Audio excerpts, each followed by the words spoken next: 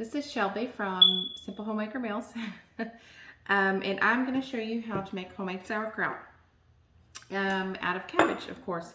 So sauerkraut has a ton of benefits. If you didn't know, it's got pre and probiotics. It's a fermented food, and I think people have been doing it for thousands of years. Honestly, it's a way to preserve cabbage and eat it where it's a little bit better on our bellies. So I eat it almost daily. It supports my gut. So I'm going to show you how to make it. I do it the Nourishing Traditions way. That's how I learned.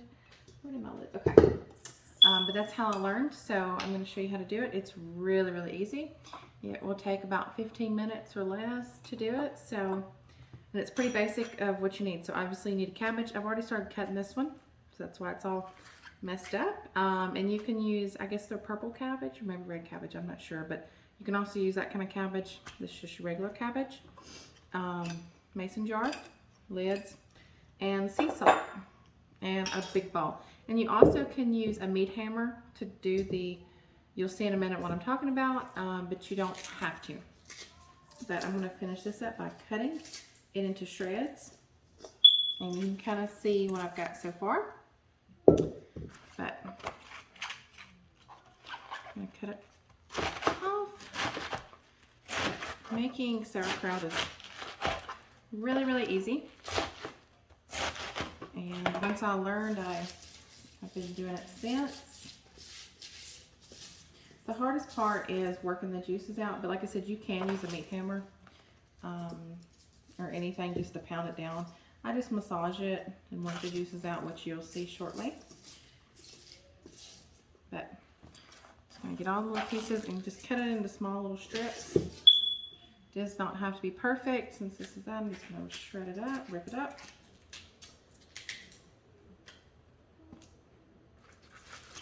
And take this.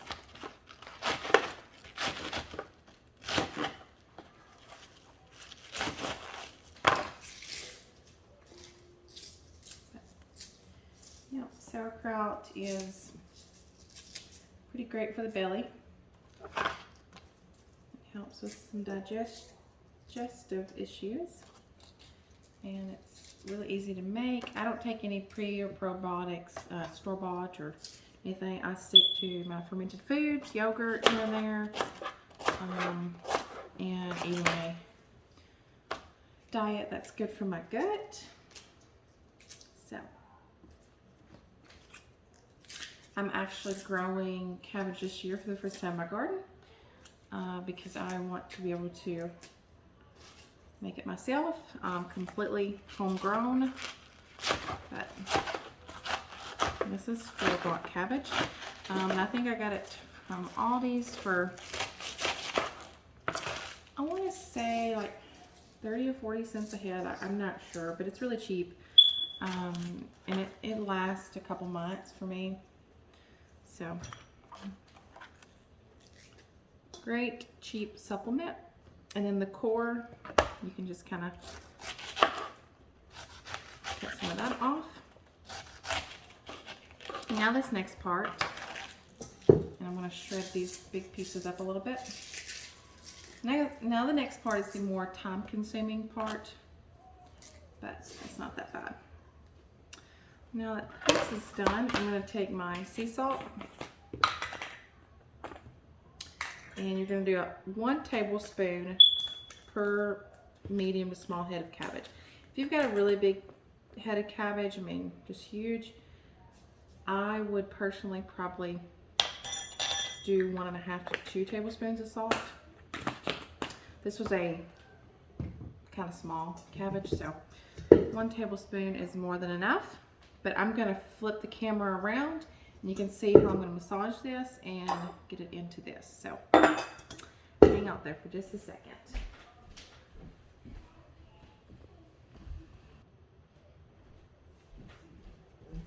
Okay, so now you see the overhead. The salt, I'm just going to work into the cabbage. I'm going to start squeezing it.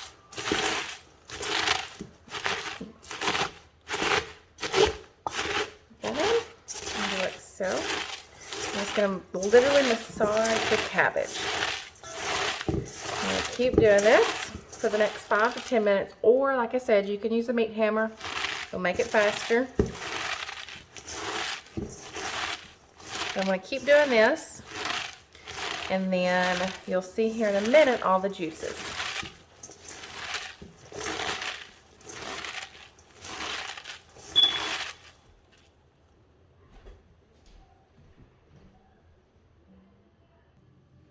Okay, so it's been about 5 or so minutes, and I actually grabbed my potato masher to make things a little easier, and it worked pretty great. So this is what it's going to look like now, and this is what you want. You want it nice and watery, and when you want all that juice. You need as much juice as you can get, because this is going to help with the fermenting process.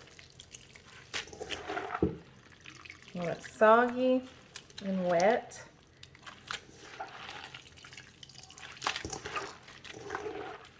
And so after massaging it or beating it, whichever way you do, you want to take it and squeeze as much as you can.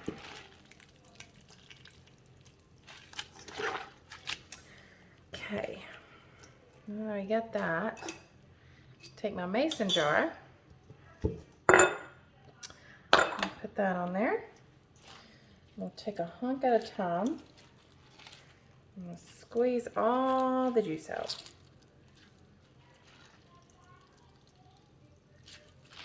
Much as I can.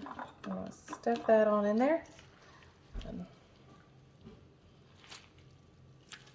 repeat until we get all the cabbage in there.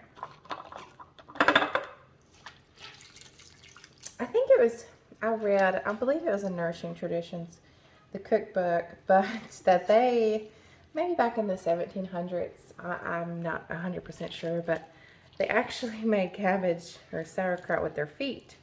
You know, they would chop it all up and then get a group together and they would stomp it with their feet. And I can't imagine that. Dirty feet doing it, but I guess it probably worked pretty well, but I'm not going to do it with my feet. But you're going to squeeze as much juice as you can, because you're going to want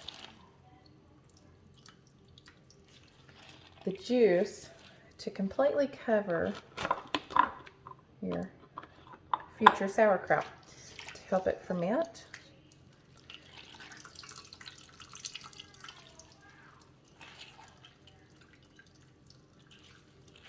It's amazing how much juice comes off of that water.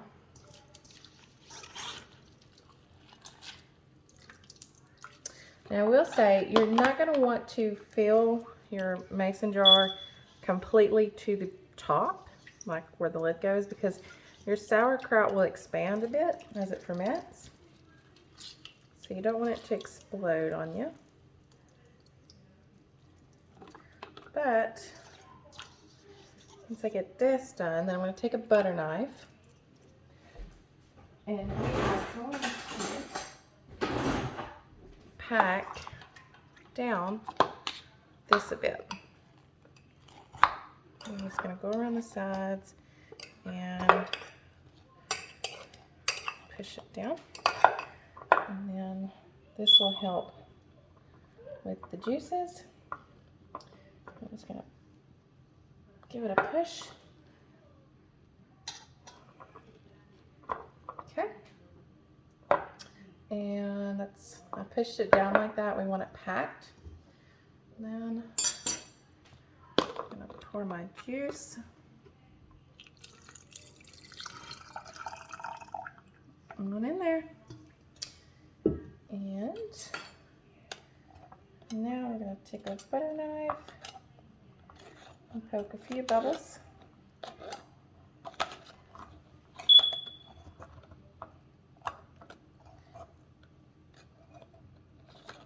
And we'll try to get all the air bubbles out. Go around there. It's perfect. But that is what you want it covered with juice. See, that's what's going to help ferment it. So now the next step is just letting it ferment, and that's the easiest part. So I typically on mine, I let mine ferment for about 2 to 3 weeks in a dark cabinet or pantry, wherever you want to put it dark. I let it sit for 2 to 4 weeks, and then once I open it, I just refrigerate it. Now I do believe there are some practices that, you know, you can leave this in there for longer periods of time. I just personally have not, but it looks great. That's what you want. And there, you want it completely covered. And you're just going to take your lid, ring. It doesn't have to be squeezed and tight, just tight enough. And there you go. There is your future sauerkraut. And like I said, we're going to store it, and in about 3 weeks I'll open her up and I'll have fresh sauerkraut. And like I said, sauerkraut is awesome for pro and prebiotics. It's great for the gut. So many benefits, and it's so cheap to make. I mean, just it's one of the easiest things to ferment too. So if you've never done fermentation, this is a great start to help teach and give it a go. So I hope this helped anybody that wanted to make sauerkraut and more or less wanted a visual. Like I said, it's pretty self-explanatory if you read it, but sometimes we do need a visual, and it helps seeing that. So I hope y'all enjoyed this. Subscribe to my channel, follow me on Instagram. I share more on there, and I hope y'all have a great day. Bye-bye.